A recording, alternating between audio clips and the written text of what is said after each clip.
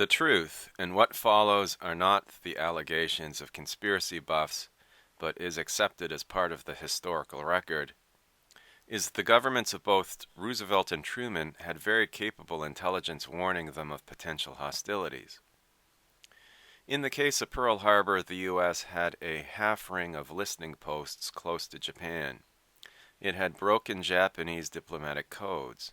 It had a policy of requiring military commanders to, quote, accept the first blow, unquote, in the expected event of hostilities. For a very interesting example of how this policy played out, look carefully at what happened the day of December the 7th, 1941, not in Hawaii, but in the Philippines under General Douglas MacArthur. Despite being warned 7 hours in advance of an attack, he failed to get his planes off the ground. In the case of Pearl Harbor, the event that gives global context to what was happening was World War II. Roosevelt was desperate to enter, but public support for American involvement in, quote, Europe and Asia's wars, unquote, wasn't there. Pearl Harbor galvanized the American people overnight. Similarly, in the spring of 1950, U.S. intelligence knew for a fact that the North Koreans were arming heavily.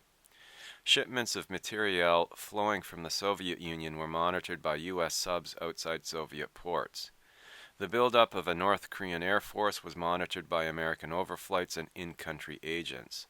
The border between North and South Korea at that point was very permeable. Yet, despite this massive buildup of military power in the North during the early months of 1950, de facto U.S. military assistance to South Korea slowed to a trickle. When the South Koreans protested, they were stonewalled with claims the American government couldn't afford to spend more.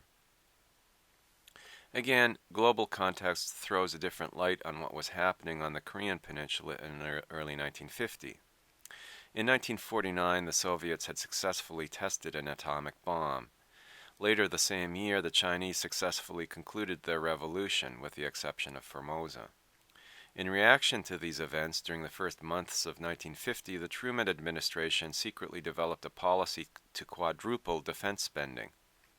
But the American public, having recently emerged from World War II, was eager for a reduction in military spending, not an increase of it. That changed overnight on June the 25th, 1950, when North Korea successfully invaded the South.